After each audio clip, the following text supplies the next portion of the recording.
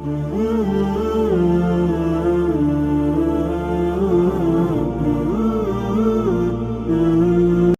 एक दोस्त है, काशिफ नाम है, वो उन्होंने गाड़ी ली तो मैंने भी मुबारकबाद दी, तो वो रोने लगा। वो कहता कि हफीज साहब, एक जमाना था कि मेरे पास कुछ भी नहीं था, मेरी माँ बीमार हुई और गधा गाड़ी पे माँ को बिठा करके, मेरे पास किराया भी नहीं था, हॉस्पिटल ले आया, लेकिन माँ जिंदगी की बाजी हार गई।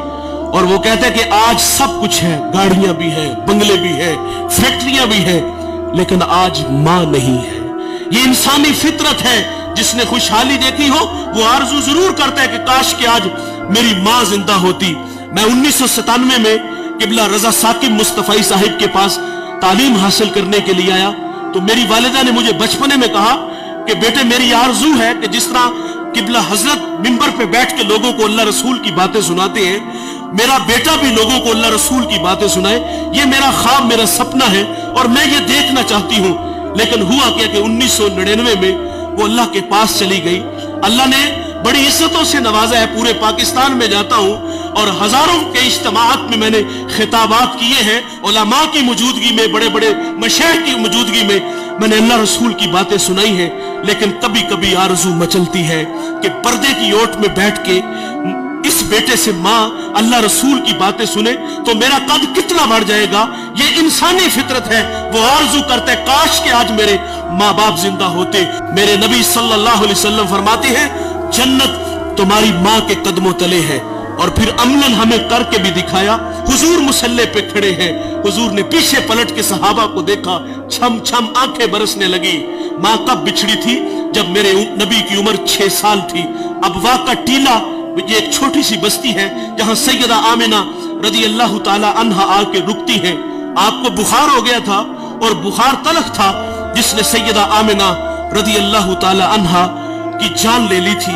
सांसें टूटने लगी तो हजरत आमिना ने उम्मे ऐमन को कहा कि मेरे बेटे मोहम्मद को अमीर कुरैश तक पहुंचा देना, और वक्त रुखसत हुजूर को पास बुला लिया। उधर बचपने की मासूमियत, पेशानी में नबूवत का नूर है और माँ बेटे में खूब सी जाती है। 2-1 बातें की और फिर हमेशा के लिए पहाड़ों में सो जाती है। फरमाती बेटे हर नई चीज ने पुराना हो जाना है, हर बाकी ने फना हो जाना है। फरमाया बेटे मैं भी जा रही हूँ, लेकिन सुनो मेरा जिक्र बाकी रहेगा, वो इसलिए कि मैं तेरे जैसा सोना मोहम्मद छोड़ के जा रही हूँ। सांसों की माला टूट गई, मोती कहीं फिजा में बिखर गए। हुजूर माँ से लिपट गए और लिपट के अथरू बहाते हैं और फरमाते, अम्मी आप क्यों नहीं बोलती, आप आंखें क्यों नहीं खोलती? हंसता चमन खामोश है, जाने वाले लौट कर कभी भी नहीं आते। लेकिन कुछ जाने वाले ऐसे होते हैं जो दिलों में धड़कन बन के रहते हैं, खुशबू होती है जो पास पास रहते हैं। हुजूर माँ से लिपट के माँ की जुदाई में रोते हैं, फिर अपने नन्हे नन्हे हाथों से काले पत्थरों की कब्र बनाते हैं, उसमें आंसुओं का छिड़काव करते हैं। जहां तक माँ नजर आती रही, पलट पलट के उन काले पत्थरों वाली कब्र को देखते हैं। मैंने हुजूर की माँ की कब्र की 2 दफा जियारत की है। हम जब पहली दफा आपके मजार पे हाजिर हुए, ये मदीना से 350 किलोमीटर के फासले पर अबवा का टीला आता है। हम रात 1:45 बजे पहाड़ के नीचे थे तो माहौल बिल्कुल खामोश था, हवा का कहीं से कोई एक झोंका भी नहीं आया था। लेकिन जब सैयदा के कदमों में खड़े हुए तो यकीन जानो ऐसे लगता था कि अल्लाह ने जन्नत के 8 दरवाजे ही खोल दिए हों। जन्नत से ठंडी हवाएं आज भी सैयदा को सलाम करने आती है। हुजूर पलट पलट के उन काले पत्थरों वाली कब्र को देखते हैं और वापस लौट आते हैं। उम्मे ऐमन कहती, मैं जब नीचे पहाड़ से उतरी तो पीछे पलट के देखा तो हुजूर मेरे साथ नहीं थे। फरमाती, मैं दोबारा फिर पहाड़ पे चढ़ी और मेरी आंखें क्या देखती है, हुजूर माँ के सराने खड़े हैं और वहां खड़े होकर कह रहे थे कि माँ जी आप तो जानते हो कि मेरा इस दुनिया में आपके सिवा कोई भी नहीं है। उम्मे ऐमन की भी जान निकल गई, हुजूर को सीने से लगा लिया। आका फरमाया करते थे, उम्मे ऐमन मेरी माँ के बाद मेरी माँ लगती है।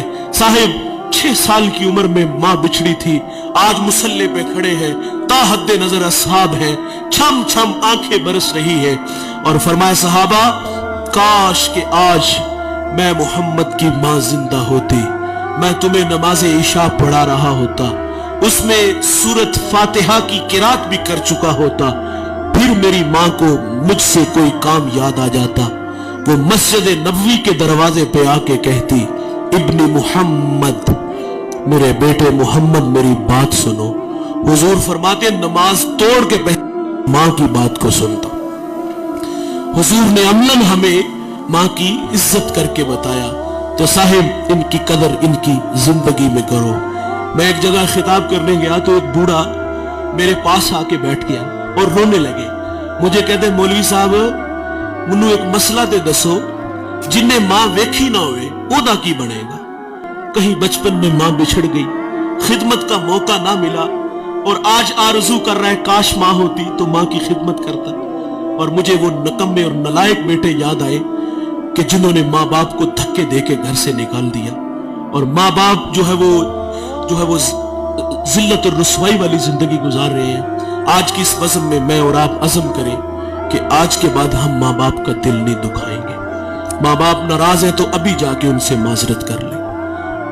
یقین جانے ایک لمحہ لگتا ہے۔ میں پچھلے دنوں توبہ ٹیک سنگھ ایک جگہ خطاب کرنے گیا تو وہ بچہ مجھے دلائل دینے لگا کہ والدین کی زیادتی ہے، بڑی عجیب سی باتیں کرنے لگا، لیکن میں نے اس کے دل کے دروازے پہ دستک دی۔ اللہ کا شکر ہے کہ وہاں جھٹکا لگا، اور وہ مجھے کہتا وہ نہیں مانے گے۔ میں نے کہا جاؤ تو صحیح یار۔ وہ کہتے میں کل جاؤں گا، محض زندگی وفا کرے نہ کرے جاؤ یار۔ وہ 10 منٹ بعد واپس آیا، وہ کہتے یار یہ تو کائنات ہی عجیب سی ہے، میں بس جا کے ہاتھ باندھ کے کھڑا ہوا ہوں اور مجھے میرے باپ نے مجھے سینے سے لگا لیا۔ یہ بڑے کمال کے لوگ ہیں، ایک بار ملیں گے دوبارہ نہیں ملیں گے۔ اللہ تعالیٰ سے دعا ہے کہ اللہ ہمیں ان کی قدر کرنے کی توفیق عطا فرمائے۔ اس ویڈیو کو شیئر ضرور کریں، ہو سکتا ہے آپ کے ایک شیئر سے یہ بات کسی کے دل میں اتر جائے۔